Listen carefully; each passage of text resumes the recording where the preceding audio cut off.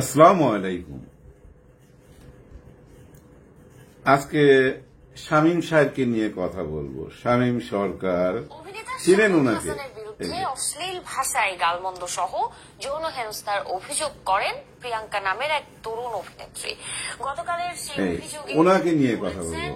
শামীম সরকার নাম না? চ্যানেল 24 কে তিনি বলেন ভাইরাল হওয়ার নেশায় অভিযোগকারী এর বিরুদ্ধে কিন্তু আগে অনেক অভিযোগ ছিল। মাথাটা গরম বুঝছেন। এই দেখেন সিসিটিভি ফুটেজও দেখাচ্ছে, এখানে কিছু বোঝা যাচ্ছে না। ঘটনাটা ঘটছে, শামীমের কথা শুনবেন কিছুটা।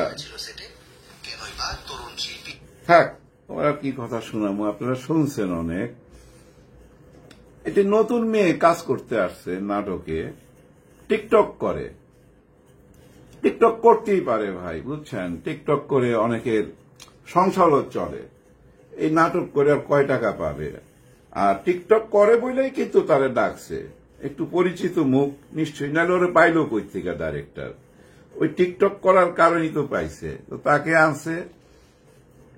ঘটনাটা ছবির দৃশ্য যখন চিত্রায়ন হচ্ছিল, মানে শর্ট দিতে গেছে, ওই মেয়েটা বারবার ভুল করতেছিল। একবার, দুইবার, তিনবার, চারবারের পরেই বা পাঁচবারের পরে ওই শামীম সাহেব আর কি, অনেক নাম করা আর্টিস্ট কিন্তু বর্তমানে, ওনার তো মাথা গরম।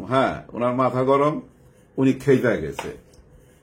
মানে সে কেন অভিনয় পারতেছে না এটা সে প্রতিবাদ করছে। এই মেয়ে কিছুই পারে না, সময় নষ্ট করতেছে। কিন্তু মেয়ে কিন্তু অন্য একটা কমপ্লেন করছে, এটার নাম কি আমি ঠিক জানি না। সে কিন্তু লিখিত যে অভিযোগ করছে, ওইখানে একটা ভয়াবহ কথা দেখছে। সেটা মানে মেয়েটার উপরে খারাপ কাজ করার চিন্তা ভাবনা করছে, যে তোমার মতো মেয়েকে ওই কাজও করতে চাই না। ইংলিশে বলছে, ইংলিশে।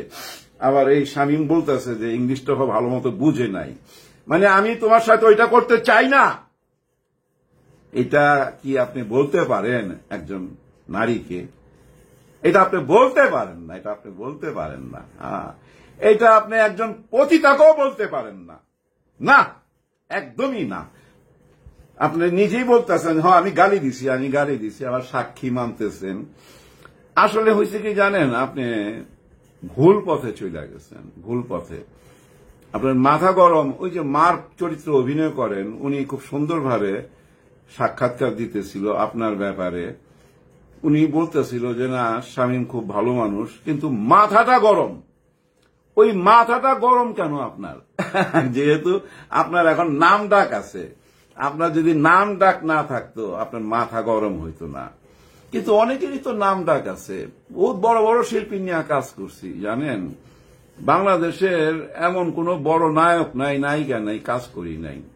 আমি কিন্তু কখনো দেখি নাই তারা কো আর্টিস্টের সাথে, সহশিল্পীর সাথে এমন আচরণ করে। ওই মেয়েটি যদি ভুল কইরা থাকে অভিনয়ে, একবার না ভাই 50 বার ভুল করার অধিকার রাখে। তো ডাইরেক্টর আছে, তো সে কথা তো ডাইরেক্টর বলবে যে এই তুমি ভুল করতেছ, বা এই আপনি তার সহশিল্পী, আপনি কেন খেপবেন ওর উপরে? আপনি আবার বলতেছেন যে তাড়াতাড়ি শর্ট দিব, বাসায় যাব। বুঝান যে বাড়ির প্রতি টান আছে, ঘরের প্রতি টান আছে, এটা বুঝাইতে চান। কিন্তু আপনার তো ডিউটি এখানে, আপনার ডিউটি পরিচালক যা বলবে তাই শুনবেন। কিন্তু কো আর্টিস্টকে ডাইরেকশন দেওয়ার ডিউটি আপনার না, ওইটা ডাইরেক্টরের, প্রডিউসারেরও না। প্রডিউসারেরও সেটের মধ্যে প্রডিউসারের কথা বলার কোনো অধিকার নাই, কারো নাই। এক পরিচালকের ছাড়া একজন শিল্পীকে যদি বকা দিতে হয়, একজন পরিচালকও দিবে। ও টিকটক করে, নতুন মুখ। ওর জায়গায় যদি কোনো নামি দামি নায়িকা থাকতো আপনি পারতেন, বকা দিতে পারতেন না। শামীম সাহেব, আসলে আপনার মাথাটা গরম। ওই যে মার চরিত্র অভিনয় করছে, উনি বলছে। আবার সেটের অনেকেরই ইন্টারভিউ দেখলাম, সবাই আপনার পক্ষে বলছে। কারণ কি জানেন, না যদি আপনি শিডিউল ফাঁসাই দিতে পারেন। আর আপনার নাম ডাক আছে, আপনার নাম ডাক আছে বলে তো আপনার মাথা গরম। আপনি যদি ওই যে মনে করেন সহশিল্পী হইতেন, আপনার মাথা গরম হইতো না, আপনার মাথা নত থাকতো। মাথাটা গরম হয়েছে ওই কারণেই।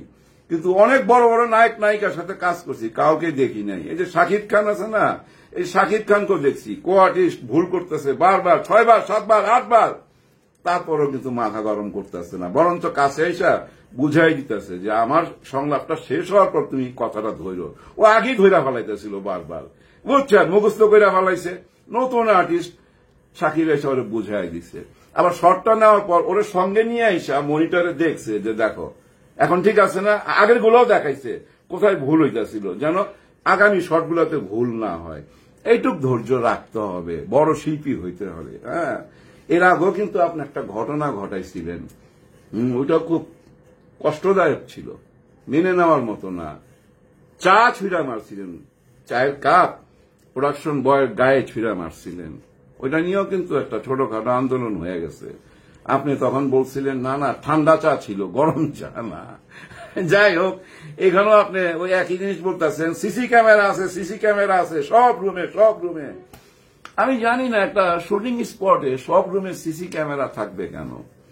কেন কথাটা বললাম, দেখেন সবাই একটা প্রাইভেসি আছে এবং গল্পেরও একটা সিক্রেট ব্যাপার আছে। আমি যে গল্পটা পিকচারাইজ করতেছি সিকোয়েন্স গুলা, ওই সিসি ক্যামেরাতে সবকিছু দেখা যাচ্ছে, যদিও সাউন্ড ক্যাচ হচ্ছে না, কিন্তু দৃশ্যগুলো দেখা যাচ্ছে, বোঝা যাচ্ছে কোন শটের পর কোন শট নিতেছি। এই তার মানে কি ওই হাউজের মালিকের কাছে আমার গল্পের রহস্যটা তো চলে গেল, সবকিছু উনি যাই না গেল, তাই না? যাই হোক, আমার মনে হয় ওইখানে এরকম অনেক ঘটনা ঘটে বলেই উনি সিসি ক্যামেরা লাগাইতে বাধ্য হয়েছে। কিন্তু ওই সিসি ক্যামেরা যে আপনি দাবি করতেছেন সাক্ষী হিসাবে বারবার, ওই সিসি ক্যামেরা তো ভয়েস শোনা যায় না। আপনি গালিটা দিয়েছেন, কিন্তু ওই খারাপ কথাটা বলছেন ইংলিশে যে তোমাকে ওইটা করতে চাই না। হ্যাঁ, আপনার লজ্জাটা কোথায় জানেন? আপনি একটা মেয়ে আর্টিস্টের সাথে, নারী আর্টিস্টের সাথে ঝগড়া করছেন, তাকে বলছেন, বকা দিচ্ছেন, বকা যেটাই দেন না কেন, ইংলিশে দেন, বাংলায় দেন, হিন্দিতে দেন, খারাপ কথা বলছেন, খুব খারাপ কথা, মানে অবজ্ঞার চরম সীমানায়। মানে তোমার সাথে আমি ওইটাও করতে চাই না, তোমাকে ওই চোখেও দেখি না, মানে তোমাকে হেট করি, মানে ঘৃণা ঘৃণা। এটাই তো বুঝাইছেন। তোর মতো আর্টিস্ট টিকটক করস, টিকটক করে তো কি হয়েছে? আসলে আপনার রাগটা উঠছে কোথায় আমি জানি না, একটা রাগ উঠছে, কারণ আছে, হয়তো সালাম দেয় নাই, হ্যাঁ হইতে পারে, অথবা মেকআপ রুমে আপনার সামনে পা তুলে বৈশা ছিল, অথবা আপনার সামনে টিকটক করছে। যারা টিকটক করে না, টিকটকের নেশা থাকে, ওইখান থেকে কিছু টাকা পয়সাও পাওয়া যায়, কেন করবে না বলেন? আর একটা নতুন মানুষ, নতুন একটা মেয়ে আসছে, ওর সঙ্গে যদি ভালো ব্যবহার করতেন, ওই 10 জায়গায় যায় কিন্তু আপনার ভালো কথাটাই বলতো যে ওনার মতো মানুষ হয় না, উনি খুব ভালো ব্যবহার করে। আরেকটা মেয়েও কিন্তু একটা স্ট্যাটাস দিছে, ওই মেয়েটার গায়ে জ্বর, আপনি এসি ছাইরা বসা ছিলেন, ওই মেয়েটি বলতেছে যে একটু এসিটা কমান, আমার গায়ে জ্বর। আপনি বলছেন যে বাইরে যায় বসেন, জ্বর যখন বাইরে যায় বসেন। আসলে আপনি মাথাটা একটু গরম, মাথাটা ঠান্ডা রাখবেন। আপনি দারুণ অভিনয় করেন, কিন্তু ছটফট ছটফট করে অভিনয় করেন, ভালোই লাগে, ভালোই লাগে। কিন্তু ভালো লাগলে কি হবে, ভক্তকুল তৈরি করতে হবে। ওই যে প্রথম যেটা দিয়ে শুরু করলাম, প্রশ্নটা মেন। মনে করেন যে এই যে শাহরিয়ার নাজিম যে প্রশ্নটা করত, ওইটা কিন্তু ভাইরাল হইতো, কে কি উত্তর দিল ওইটা কোনো জরুরি ব্যাপার না। এই যে মেয়েটা বলছে আপনি নেশা করেন, হ্যাঁ কি জানি টানেন আপনি, বলছে না? এখন ধরেন আপনি যত রকম করে বুঝান বা আপনার পক্ষে অনেকেই যদি বলে, কিছু লোক তো বিশ্বাস করবেই আপনাকে, কিন্তু কিছু লোক তো মেয়েটাকেও বিশ্বাস করবে। যদি ধরেন 10 জনের মধ্যে 2 জনও বিশ্বাস করে মেয়েটার কথা, 2 জনের চোখে তো আপনি খারাপ। ওই যখনই দেখবে আপনাকে টিভির পর্দায়, তখন মনে করবে ওইটা। এটা খুব খারাপ জিনিস। আপনি ভুল পথে যাবেন না, একটুখানি ধৈর্য ধরেন। হ্যাঁ, খুব ভালো অভিনয় করেন তো আরো ভালো করতে পারবেন ভবিষ্যতে, কিন্তু এরকম ভাবে যদি সবসময় ভেজালে জড়ায়া যান। আবার এই ঘটনাটা কিন্তু ওই যে প্রোডাকশন বয়ের গায়ে চা মাইরা দিয়ে আবার সরি বলছিলেন, ওরকম ব্যাপার না। একেও সরি বলতে হবে আপনাকে, কারণ গালি দিছেন আপনি, সরি বলা উচিত। সরি বলা উচিত, কিন্তু সরি বলেন আর যাই বলেন, এটা নিয়ে কিন্তু আপনার সংসারে একটু অশান্তি হইতে পারে, যেহেতু আপনি ম্যারিড পার্সন, তাই না? ম্যারিড পার্সনের একটু প্রবলেম আছে, কারণ ওনার তো অনেক পক্ষের আত্মীয় থাকে, শালা শালি, শ্বশুর পক্ষ, আবার আপনার ওয়াইফের মনে করেন বান্ধবী, কলেজ বান্ধবী, স্কুল বান্ধবী। আপনি এত বড় সেলিব্রিটি, ওনার ওয়াইফ আপনি না, আপনি আপনার ওয়াইফ উনি, তো উনি কিন্তু অনেক জায়গায় ছোট হয়ে যাবে। হ্যাঁ, অনেক জায়গায় ছোট হয়ে যাবে। বান্ধবীরা সরাসরি না বলবে অমুকের হাজবেন্ড দেখ এত বড় সেলিব্রিটি, কিন্তু ছাদে যায় নেশাপানি করে। ওই যে মেয়েটা যেভাবে অভিযোগ করলো নেশাপানি করেন, এবং আপনার যে মাথা গরম, ওই যে মার চরিত্র যে উনি বলল যে ভালো ভালো মানুষ কিন্তু মাথা গরম, এই মাথা গরমটারা আপনার ক্ষতি করবে। হ্যাঁ, ক্ষতি করবে।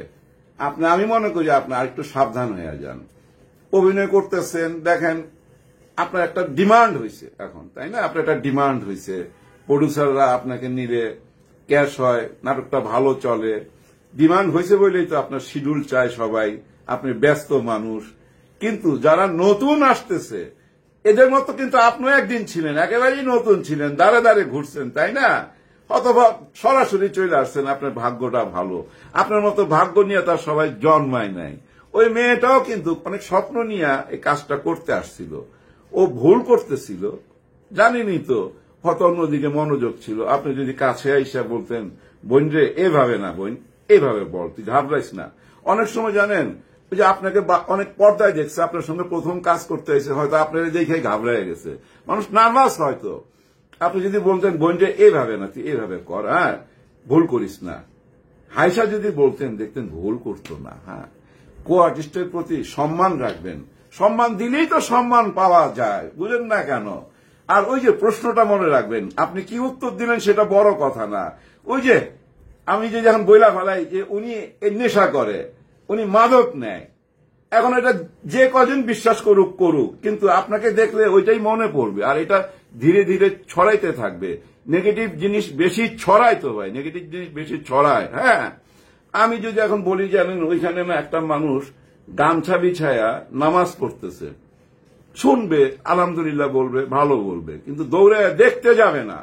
আমি যদি বলি ওইখানে একটা কেউ ল্যাংটা হইয়া, ছেলে হোক মেয়ে হোক, ডান্স করতেছে অর্ধ উলঙ্গ অবস্থায়, দেখবেন যে 10 জন যদি বলি 10 জনের মধ্যে 9 জনই দৌড়ে চলে গেছে মোবাইল ক্যামেরা নিয়ে এটা শুট করতে। হ্যাঁ, চলে যাবে। নেগেটিভ জিনিস মানুষকে বেশি আকর্ষণ করে। তো এই যে একটা নেগেটিভ কথা, আপনি নেশা করেন স্পটে, এবং ওইটার সাথে যদি মিলান যে মাথা গরম, হ্যাঁ নেশা করলে মাথা গরম, দুইটা দিয়ে দিয়ে চাইর হয়ে যায়, কিন্তু হ্যাঁ চাইর হয়ে যায়।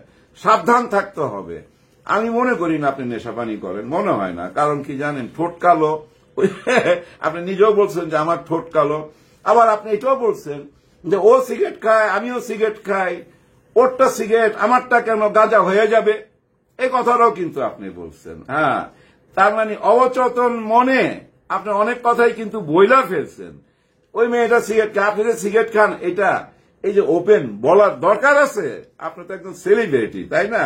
অনেক কিছু গোপন করতে হয়, সব সত্য প্রকাশ করা যায় না। সব সত্য যদি আপনি প্রকাশ করতে যান, এই সমাজ টিকবে না, এই সমাজ ভেঙে চুরমার হয়ে যাবে। কিছু গোপন করতে হয়, কিছু গোপন করতে হয়। তো আমি মনে করি আপনার ব্যক্তিগত লাইফটা আপনি আরো গোপন করে ফেলেন। হ্যাঁ, কেউ দেখবে কেন আপনি ছাদে যাইতেছেন, না কি বাথরুমে যাইতেছেন, কোথায় যাইতেছেন, এই ধরনের ইঙ্গিত করবে কেন? আর মায়া বাড়ান, মহব্বত বাড়ান ভিতরে। হ্যাঁ, মহব্বত বাড়ান। যারা জুনিয়র আর্টিস্ট, একদম জুনিয়র, এরা তো বুঝছেন কি ধরনের পেমেন্ট পায় আপনি তো জানেনই, খুব অল্প টাকা পায়।